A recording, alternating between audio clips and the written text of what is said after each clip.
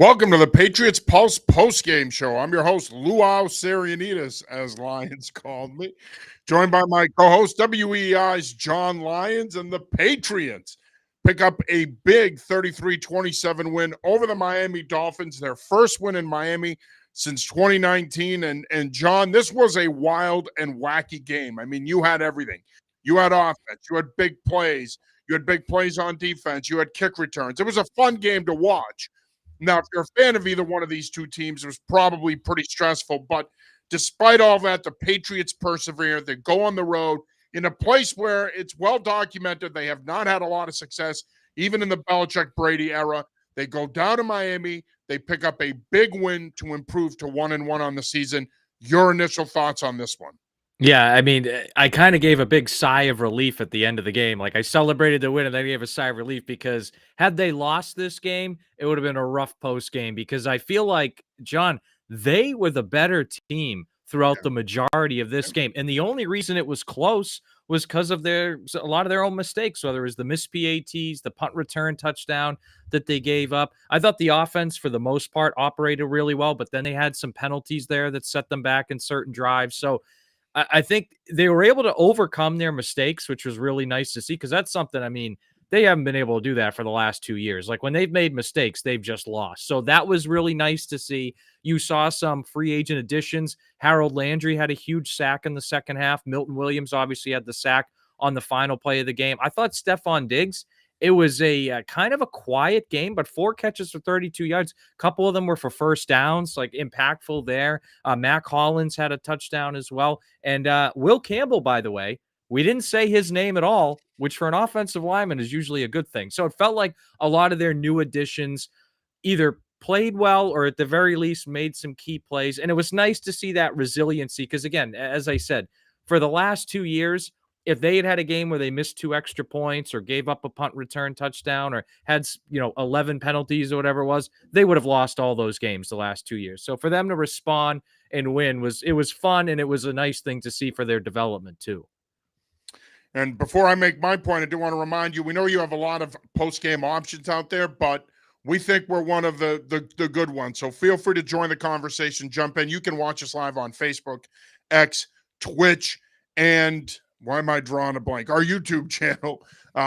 Feel free to join us there as well. Jump in, share your thoughts. Willem checks in, yes, with the exclamation point. And I think that exemplifies how Patriot fans feel today. Again, big win. And you made a great point, John. It wasn't clean by any means. They played sloppy. They could have played a lot better. And it's one of those wins, and we know this as coaches.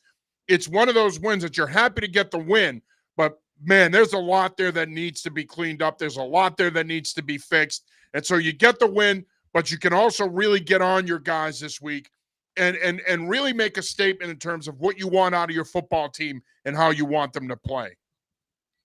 Yeah, I think it's a great point. Like even defensively, you look at Patriots come out, they force a 3-and-out right away. They look great on that first series, and then it goes touchdown, touchdown, field goal for the Dolphins. And then in the fourth quarter, credit to the Patriots defense, they found their backbone once again, forced a punt, then had an interception, then the turnover on downs to end the game. So you saw some lulls here, especially from the Patriots defense, but you saw it a little bit offensively as well. They had some empty possessions here and there, but overall, I mean, they scored 26 offensive points. So I think that was a really good day for their offense, and special teams was all over the place today. I mean, Borregales makes a 53-yard field goal. You have a kick return touchdown, which in a lot of games would be the number one highlight, right? But you give up a punt return touchdown. You have a fumbled kickoff return, which ultimately doesn't hurt you, but it prevents you from doing anything at the end of the first half, the 2 missed extra points. So you're right. I mean, it was a fun win, and I think it's a good win for their development to win a game like this. But I think you're 100% right when you say you can then look at this game tomorrow and say, hey, there's a lot of things we got to fix and clean up before we get ready to play the Steelers. By the way, I had Borregales off the plane for most of this game. He was going to have to find another way home. Makes the big 53-yard kick at the end of the game, which, by the way, that situation, you saw yesterday in the Georgia-Tennessee game. It's so frustrating. You're in control of the game. You're just trying to get the ball in a place where your kicker is comfortable to kick the field goal. Tennessee gets the penalty, sets him back. The kid misses it. Luckily for the Patriots, same situation today. They get a penalty. The kick is 5 yards longer, but Borregales makes it. But then on the ensuing kickoff, he doesn't get it in the landing zone. Miami takes over at the 40. Are you concerned Yeah, it's about another good Borregales? example. Are Yeah, you are it's you interesting concerned because about him? yeah, you and I were down there at camp a lot, and I mean, I thought that Parker Romo probably had a slight edge throughout camp in the preseason. Like, I don't think he blew him away. And so I kind of wondered, did they keep Borregales because they invested a draft pick in him and he is younger and they see the potential? And it's funny too, because today I think like you saw potential, like you saw a 53-yard field goal in a big situation. But then, you know, you have 2 missed extra points. Last week, he missed a 40-yard field goal as well, with it ended up being key in that loss to the Raiders. So he's kind of been all over the place. And look, I'm not saying they're going to get rid of him this week, but if he has a few more games, John, where he's all over the place, I wouldn't be surprised if they do decide to make a change there. Because again, as good as the 53-yard field goal was, and that was a huge play in this game, does it outweigh 2 missed extra points, a field goal? I mean, excuse me, a kickoff that doesn't get to the landing zone. I mean, if the Dolphins had won this game, that probably would have been the first thing you and I mentioned was Yeah. that final drive there, right? So I don't want. I'm not saying to get rid of him now, but I would say if he has 2 or 3 more games like this, they probably going to make a change. He's got to be better, plain and Yeah. simple. If he's not, to your point, 3-4 weeks down the road, he could be gone. I mean, you can't be missing extra points. The Patriots' margin for error is razor thin. They need all the points they can get.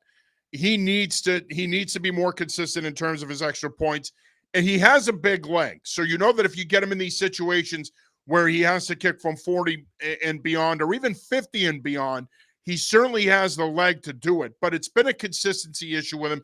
You bring up camp. I felt the same way as you at camp, where I just didn't think he was as consistent as Parker Romo. I thought he was more consistent. Romo, ironically enough, is going to be kicking for the Atlanta Falcons tonight in the Sunday night game against Minnesota, replacing Koo, who was demoted. I think it's one of those things where he's going to get into a groove. I think he's going to be fine. But my bigger concern, big picture, is what's he going to be like when the weather gets colder? Now, I saw him kick in person the day after Thanksgiving a couple of years ago when he was at Miami and they came up here to play BC. And he handled the wind. He handled the cold fine. It wasn't that cold that day anyway. But it is a concern of mine, especially if you're in playoff contention down the stretch. Your kicking game is vitally important. And it's not just the field goal PAT part of it.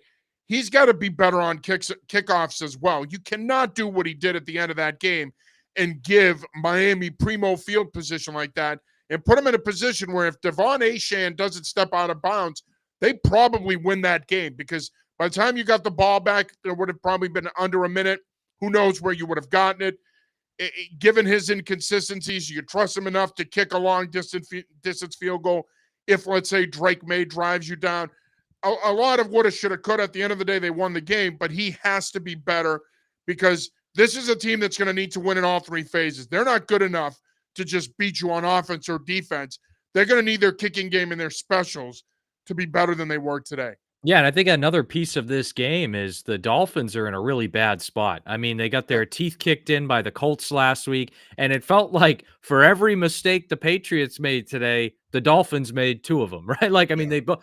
Mike McDaniel could be a dead man walking here, because if they lose Thursday night, I could see him gone. You already saw 2 firings in college football today. I mean, I think that the powers that be are becoming less and less impatient, and I think his job's on the line next week. Yeah, and you just like the Patriots had 12 penalties today. The Dolphins had 10, right? The Patriots give up a punt return touchdown, and the Dolphins give one up on the ensuing kickoff. And like the Dolphins had some blown coverage in there as well. By the way, I thought Drake May, maybe his best game as a Patriot today from a comfort level and accuracy standpoint. And this is the best game Ramondre Stevenson has played since late in the 2022 season. So those guys deserve credit.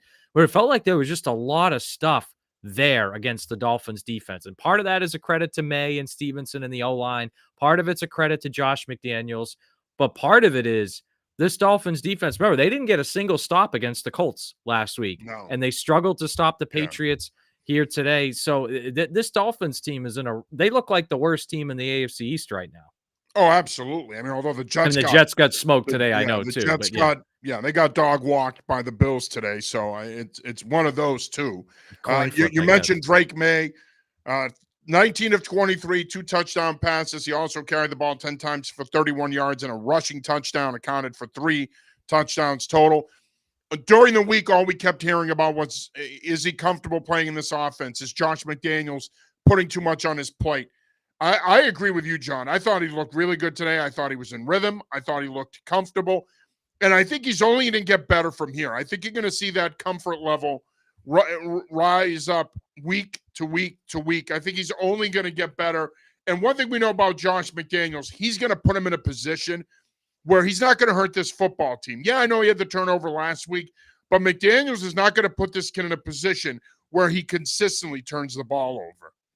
Yeah, and you mentioned that rushing touchdown he had, and I thought that sequence was a great sign Got for away Mason. from old friend Matt Judon there. I know, and I thought that sequence, though, right? Because you go back to right before it, the 55-yard catch and run by Stevenson. May stepped up in the pocket, avoided pressure, kept his eyes downfield, delivered an accurate pass for a huge gain. Great catch and run by Stevenson, too. But I feel like that was a situation that even last week against the Raiders, he might have just tucked and run there. Maybe he would have gained 7 or 8 yards, but it wouldn't have been a 55-yard catch and run. So that, to me, I thought was a great play. And then he follows it up by using his athleticism to outrun a defender single-handedly for a touchdown. Like, I thought those 2 plays in that sequence, to me, that showed growth in him, and that showed development. I think if you're a Patriots fan, that's what you want to see, because you don't want him running the ball 15 times a game all over the place. But when he uses his legs, it's either effective movement in the pocket like he did on the Stevenson catch and run, or it's you have a wide open lane and he took it, outran a defender, and scored. Like that, to me, that's exactly what you want to see from him going forward. Yeah, absolutely. And look, I know a lot of people around here have talked about, should the Patriots be incorporating more quarterback runs, and of course everybody's favorite plays, RPOs. At the end of the day, as I've said all along, you run your system. You run your system, and yes, you're going to do things that are going to play to his strengths. You're going to put in stuff that he likes, but at the end of the day, he has to learn to play within the system. He has to fit the offense. And I thought he did that today. And another guy who fit the offense today was Ramondre Stevenson. Of course, last week, the Patriots collectively only rushed for 60 yards, 122 yards rushing today. Stevenson looked like that dual threat running back. When he's at his best, he's a guy that's going to carry the ball 15, 20 times, get you 80, 85 yards, but he's also going to catch 5 or 6 passes for 75 yards. It's exactly what he did today. Vintage Stevenson game. I think it reinforced what I've said all along. This guy's still your starting running back. I know Travion Henderson has a lot of upside. Of course, we know the big play potential. But Ramondre Stevenson, when he's on, and he's a guy that's really a 3-down back, he could be a real factor in this offense. And we saw it today. This was old school Patriots getting the running backs involved in the passing game. Stevenson led the Patriots in receiving with 5 catches for 88 yards. Yeah, and I thought, again, this was Stevenson's best game since late in the 2022 season, really. I mean, he was tremendous today. I don't think that's a stretch. I No, agree. I really don't. And I think you look at Henderson, I agree with you. He's got all the upside. I think he's, by the end of the year, could very well be the starting running back, but it's still early. You saw, I mean, he had 3 penalties he committed today. One of them was in pass protection, right? So, like, he's still kind of working his way there.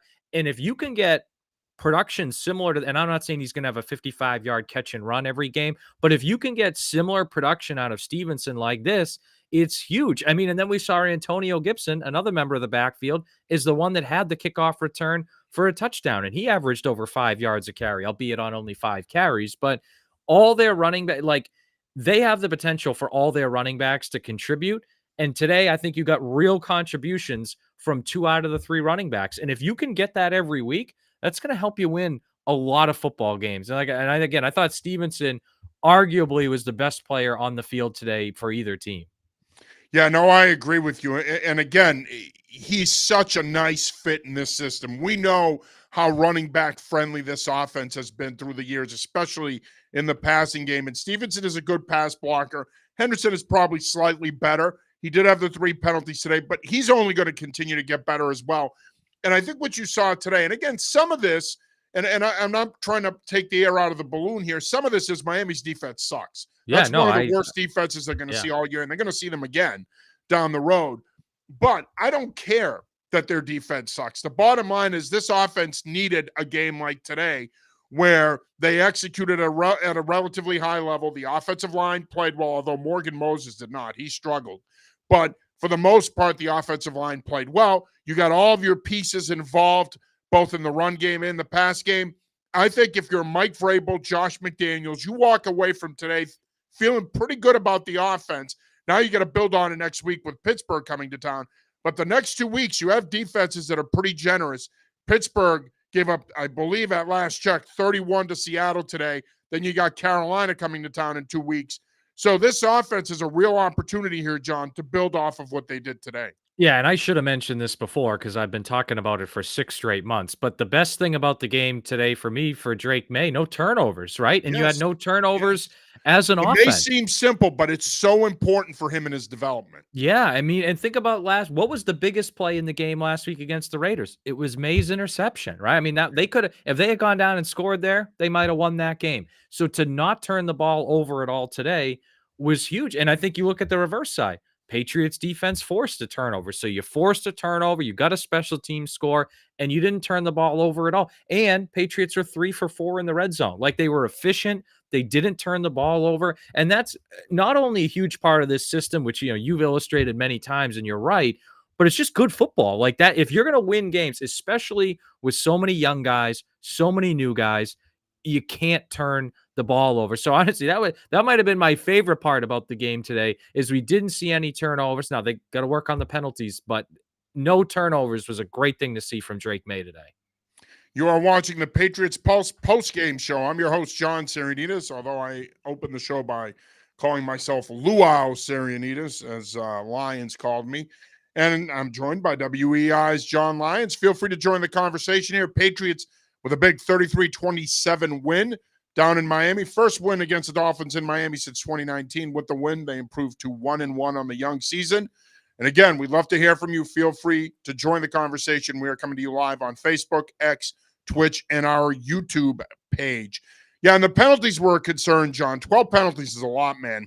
And if you're Mike Vrabel and his staff, it's something you need to address. You've got to play more disciplined. You've got to play cleaner. And we saw one, right? The very first defensive series wipe out an interception, right? And we saw another one on a drive that maybe they could have had a chance to run the clock out and end the game when they were backed up. Stevenson converts a 3rd and 12 on his screen, and you have a penalty right after that, right? There's like inopportune penalties, but it's like Miami matched you almost penalty for penalty. Yeah. They had 10 for 65. Yeah, they were offering to have you hold their beer for most of the game. Yeah, and then you like again, that's where I think if what right now this represented a positive step in their development because they won a game that wasn't perfect, but they made the key plays. If they're going to advance, that's going to be the next, and that might take all season long, John. It might even be in the next year, but that's what it's going to be. They're going to eliminate those inopportune penalties. They're going to eliminate the really bad turnovers. Even what was it, 3rd and 15, and Tyreek Hill caught a 58-yard pass, like things like that. Those are the type of things I think you need to eliminate going forward if they're going to take the next step in their development. That's why, again, I opened the show. I think today was a positive step forward because this is frankly a game. Last year, they would have lost this game. The year before, they would have lost this game. So now they win a game like this. It is a positive step forward in the development. Of course, the other big story this week was a defensive coordinator, Terrell Williams, taking a leave from the team for health reasons. Zach Kerr taking over as defensive coordinator today on an interim basis. How would you assess his performance? Yeah, it was kind of uneven from the Patriots as a whole, but I think a lot of it had to do with like they got 5 sacks on the day, John, but it felt like there were stretches of this game where their front four was not generating any pressure. And then when they did, you saw Landry with a big sack late, Milton Williams with a big sack, and even just pressure. Right before the Milton Williams sack, Tua was flushed out of the pocket and had to run out of bounds on 3rd and 12 to make it 4th and 12, right? So when you saw the front four generate pressure, I think they were much better. And it's tough too, because the Miami offense is so much about getting the ball out quickly. It's tough to blitz a lot against those guys. And Jason McCourty talked about it on the broadcast, but I thought it was an uneven defensive performance. First quarter, they were terrific. Fourth quarter, they were really good. Second and third quarter, Miami sliced right through them for most of those 2 quarters. So uneven, but good enough to win, obviously. I think when I look at this defense right now, it's so hard to figure them out because from a production standpoint, when you look at their stats, they're really good in terms of sacks and turnovers and those things through 2 games. But they give up a lot of points and they give up a lot of big plays. And I think some of it has to do with the fact that I think that on the back end, obviously you miss Christian Gonzalez, but even if you get him back, you have to ask yourself, how good is this secondary? Gonzalez is going to make an enormous difference. Don't get me wrong. But I still think even when you do get him back, John, it is a reasonable question to ask. Is this secondary, specifically at safety, good enough for you to be able to make up for a lack of a pass rush? Because to your point, the pass rush was inconsistent today. We know there's a lot of talent along that front seven with Landry and Williams and Barmore and Spillane, and you get a healthy Keon White, who they did not have today. You get him back. Those guys are going to get there. You're going to get good, consistent pressure.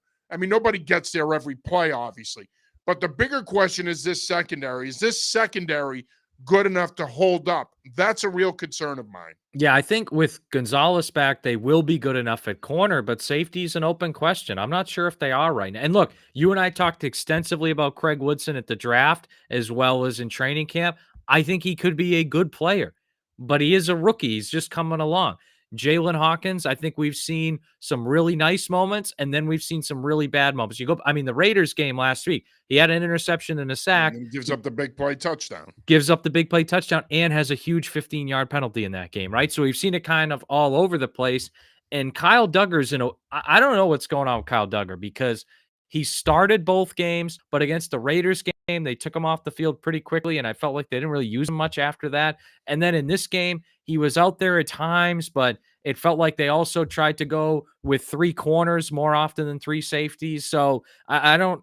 It feels like what we talked about at the end of camp, where they don't think he fully fits and they're trying to figure it out with him. So I think they're good enough at corner. I think it's safety right now. They're not. They got some potential there with Woodson, but it's going to be a work in progress. And I think also too, today, their linebacker depth, it got a little bit exposed today. I mean, how many times did those guys not wrap up and you had extra yards gained because guys didn't wrap up, especially guys. The tackling, by the way, was abhorrent. There Yeah. were 6 missed tackles on Washington's return for a touchdown. Yeah. I mean, you can't. It's been a problem through 2 games, in my opinion, John. They've got to become a better tackling team. Their tackling has sucked. Yeah, and I think, and again, the linebackers stood out to me most there. I mean, even on the Achane long run that he ended up stepping out of bounds at the 26, Oh, could have been down in the backfield. Mapu Yeah. misses the tackle, right? Yeah. So it's just Awful. that was a problem, and it stood out most to me with the linebackers, but the defensive backs were not innocent in that either. No, I agree. Good friend of the show, Lauren Gaudette, checks in. I think the bigger plays on defense were more from the young guys in the secondary, slightly out of spots or too late. I wonder how much not having Gonzalez is putting guys out of the spots they were planned to be in, I'm assuming. I think that's a valid point. Yeah. I think it's a fair point.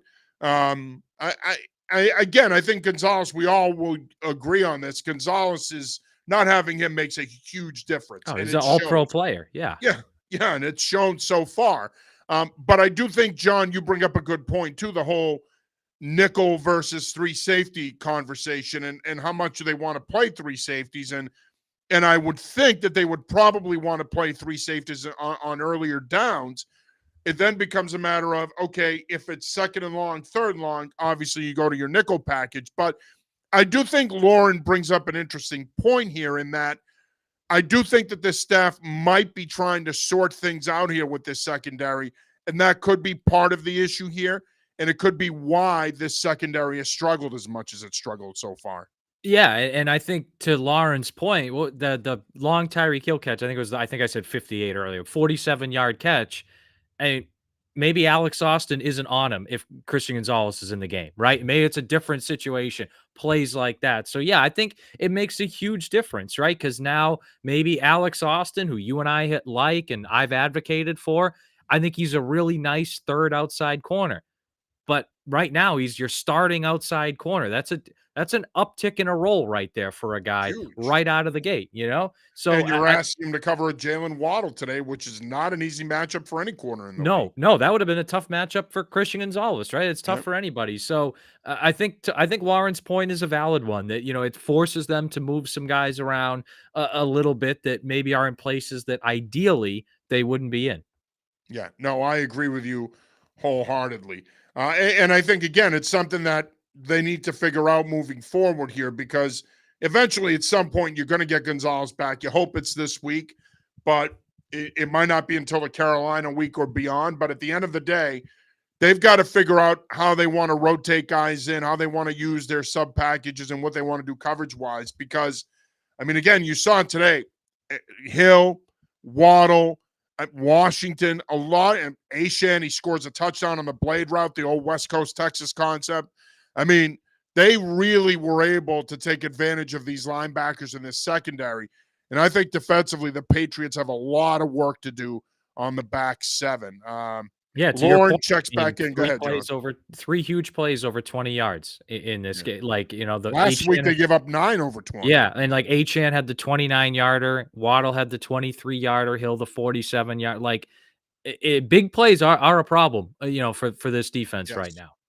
And I wonder how much of it is the way they're playing, though. Is it a style thing? Is it because that they're so active with their front seven and moving guys around and rotating guys and stemming and doing all these things? Is it a byproduct of that just as much as it is missing Gonzalez and the lack of talent? Or is it a bigger issue? Lauren checks back in. I feel Alex Austin is not going to be on Speedy X receivers, but part of that double teams on second receivers or slot receivers. Yeah, well, it depends on who's in the slot, though, right? Or who the Z is. That'll depend on whether or not they double guys. Given the way the secondary's playing right now, though, John, I don't know how much you can afford to double guys. Yeah, we Carlton saw Davis Marcus has been Jones. okay. Yeah, We saw but Marcus Jones on Hill a little bit just for the speed factor today. So yeah, I appreciate the fact they're trying to mix it up. And you and brought up an match up. interesting point. I mean, I wonder if it's a comfort level thing at this point, right? Because you went from the Belichick defense to DeMarcus Covington, which it was still a very similar scheme. And I know they Oh, didn't yeah. execute it well at all last year. And now it's a different scheme. So you got guys learning different. And Carlton Davis was familiar with it coming from Detroit, I'm sure, to an extent with Williams. But you still got guys learning it all together because, I mean, you go back to And when that's another Vrabel. big part of it. You bring up a great point, John. It's a new scheme. Yeah. It's And nothing like what they've run the last few years. yeah, and you go back to Vrabel in Tennessee, like, I don't remember them giving up a bunch of big plays left and right, and Detroit last year gave up some, but it wasn't all over the place. I wonder if when we're having this show in week 6, week 7, week 8, that'll have toned down quite a bit, and those guys will be more comfortable. Now, if it's still a problem in October, then that's a huge problem because it has been a problem the first 2 weeks, but I do wonder if part of it is Gonzalez out, and part of it is just a natural, like, these guys aren't comfortable yet because it is a new scheme that they're all trying to learn together with their best player out injured. Yeah. And another thing to keep in mind here is you saw them squatting Carlton Davis a lot today. That's where he's at his best. He's a pure two-press funnel flat corner where he can get his hands on guys, reroute them, play underneath them, and then work off of there and match up. I think that you're going to see more of that. And the reason I bring that up is I wouldn't be surprised if you saw them do more with combination coverages where they play one coverage on one side of the field and another coverage on the other side of the field. You could see them in some kind of a hybrid 2 quarters look or, some variation of 2 cloud, 2 trap, something where they're playing Carlton Davis as not only a guy that's a funnel flat corner, but a guy that can also be involved in stopping the run. It's something that has been an issue for them, but also matching up in the flat hook curl area so far hasn't been a matchup issue for him, although it wasn't for Monte Mapu when he picked off Tua Tagovailoa there at the end of the game. That was big for Mapu. This is a guy who we didn't talk a lot about in camp. We haven't really talked a lot about him. They moved him to linebacker. Him making that play in that situation brings his name back up again. But it also shows you that he could be a versatile piece that could really help this football team moving forward. Yeah, I feel like ever since the 2023 draft, our biggest question with Mapu is where can this guy fit, right? Because Big Yeah. Sky Defensive Player of the Year is last year in college, has all these physical tools, but is he really a safety? Was he big enough to be a linebacker? He's not a corner. And it was that I feel like, and even you and I at training camp were like, all right, where are they lining up Mapu here? What is it like? Because it just feels like they have been trying for 3 years now to figure out a spot where this guy can fit. And if it's in a hybrid sub linebacker role, I mean, maybe that can be a good fit for him. Look, he did have the missed tackle on the H-hand catch and run, but the interception was huge. Maybe he can build off that because, I mean, I look at their linebacker depth. I know I mentioned this earlier in the show. I'm not impressed. So if No. Mapu's a guy that can find a role there's an opening for him if he can keep building on that interception to find a role. I agree with you. It was really nice to see that for him today because, like I said, I feel like we're going on 3 years now just trying to find out where this guy can fit because he's got a ton of athletic tools. Yeah, and that's just it, right? It's how do you fit him in? I think you can.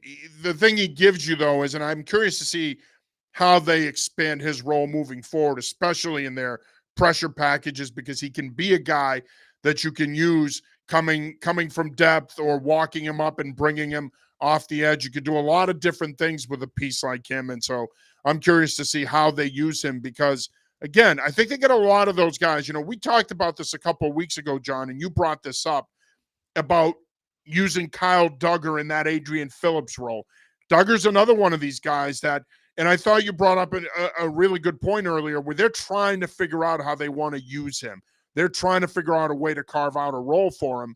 I mean, I think it's one of those things where it's a work in progress with Duggar, but today we might have gotten a sense on how they plan on using Mapu.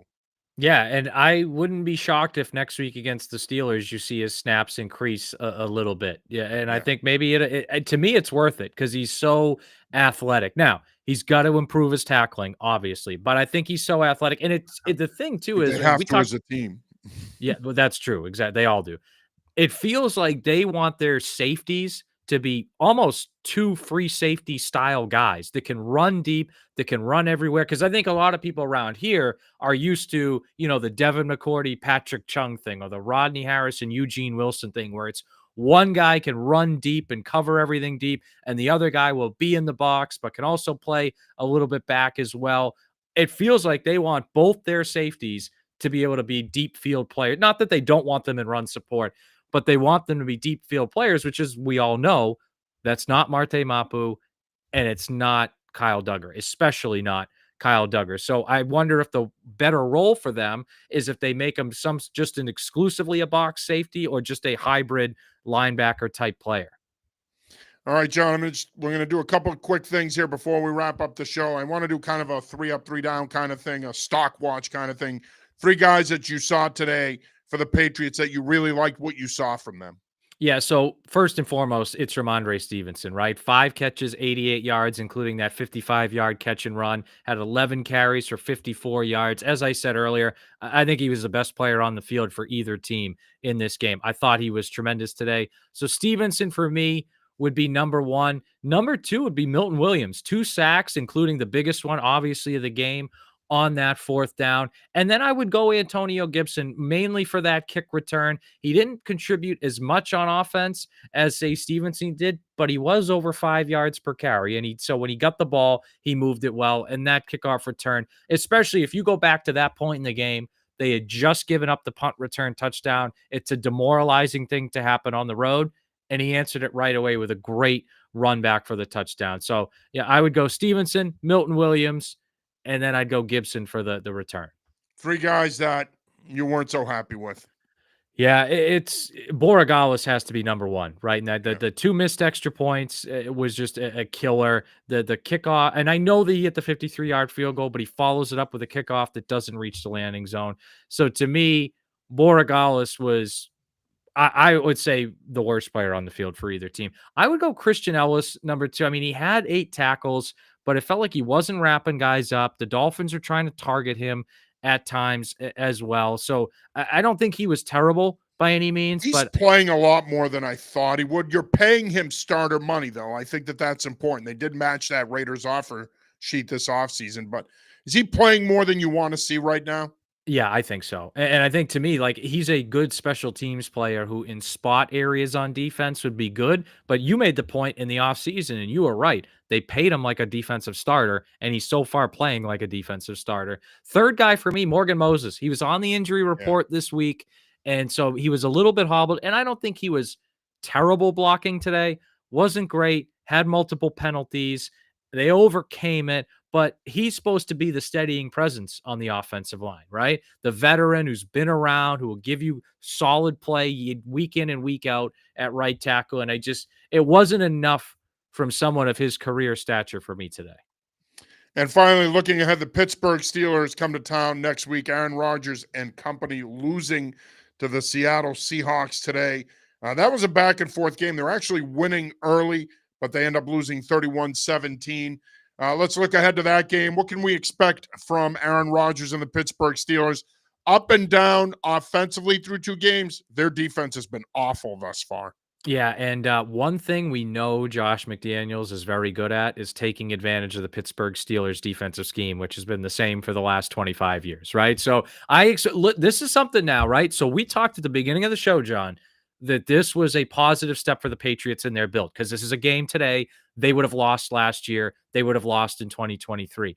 Can you build on that, especially offensively? Can you score 30 offensive points against a bad defense? Because today it was 33 points, but remember, 7 of them were on special teams. You scored 26 offensive points. Can you get to 28 or 30 exclusively on offense against a defense that I think you should be able to move the ball against? I think that's going to be really telling on where they're at. And this would be a week, John, more than even the first two. You really want Christian Gonzalez back. I mean, DK Metcalf is a badass, and I think that would be a hell of a matchup, even if it was in limited duty, if Gonzalez couldn't play the full 65, 70 snaps. But this is a game I think you really want Christian Gonzalez back. It's interesting because I think the Steelers are a better team than the Las Vegas Raiders, but I am a little more confident about the Patriots going into this game coming up than I was in week one. And I would say proceed with caution here because Yeah. we all thought they were going to beat the Raiders too, and they didn't. And for me, yes, Pittsburgh right now defensively has not been very good. Offensively, they've been inconsistent. Aaron Rodgers is Aaron Rodgers. He's going to make his plays, but I don't think he has a great supporting cast there outside of Metcalf and Freiermuth. They trade George Pickens this offseason. They don't really have that second receiver that you have to account for. But I think you bring up a great point that having Christian Gonzalez back from a matchup standpoint on Metcalf would be huge in this game. But I 100% expect them to build off of what they did today. You better come out next week and score 28 to 31 points or more. You better hold that Pittsburgh offense to 20 or less. You've got to do that because if this is a team that is going to take meaningful steps towards contention, then they need to build off of today. And the next 2 weeks puts them in a position, John, where they can do that. If you beat Pittsburgh next week, you should beat Carolina the week after. Okay. And again, I know we thought they were going to beat the Raiders and they didn't. But if somehow they come out of this 4-game stretch the next 2 weeks at 3-1, well, that's what we all thought they could be after 4 weeks. We just didn't have them losing to the Raiders. But I think at the end of the day, if they could find a way to win next week and then carry that on into Carolina the week after, a game they should win against a rebuilding Panthers team, then if I'm a Patriots fan, I'm feeling pretty good about myself. If I'm the Patriots, I'm feeling pretty good about myself. All that being said, let's not put the cart before the horse here. Let's just get to next week. You play Pittsburgh. I think it's going to be a tough game. I think it's going to be a close game. I don't think they blow them out by any means, but they have got to find a way to win this football game. And again, like I said, based on what we've seen from the Pittsburgh Steelers, they should win this football game. Yeah, and just to add on to what you said, if Mike Vrabel is the coach that we think he is, the guy that's won Coach of the Year and been to the AFC Championship game, and that we were very excited they hired, and if Josh McDaniels is as good a coach as I keep saying he is, they should be able to build off this, right? Like last year, they won in Week 1 against Cincinnati, and they couldn't build on it because they never corrected any mistakes. We talked earlier in the show, 12 penalties, right? You had special teams mistakes. You had inopportune times where your offense went a little bit cold. Can you correct those things going into next week. And if these coaches are as good as they've shown so far in their careers and as good as we claim them to be, they should. And I'm not saying they're going to wave a magic wand and correct all of these mistakes, but we shouldn't be looking at 12 penalties again, right? We shouldn't be looking They're at going 2 to missed play extra much points. cleaner. Exactly. We shouldn't be looking at all those missed tackles again, right? You should be. And I think this is going to be a nice example or test, if you will, of how good of a coach is Mike Vrabel. Because again, we think he's good. This is a game. Can you take this win, clean up a lot of the mistakes, and build on it against a team that is better in Pittsburgh than Miami next week and beat them? Yeah. Well, we shall see. But for now, they should enjoy this one. Big Yes. road win down in Miami. Patriots should be back home tonight, and they'll start to prepare for a big game next week against Aaron Rodgers and the Pittsburgh Steelers. All right. Well, that'll do it for this week's episode of the Patriots Pulse post-game show. Again, the Patriots pick up a big 33-27 win in Miami, beating the Dolphins in Miami for the first time since 2019. For WEI's John Lyons, I'm John Magnum PI Sarianidis. We will be back with you next Sunday. Until then, have a great week. And as always, stay healthy.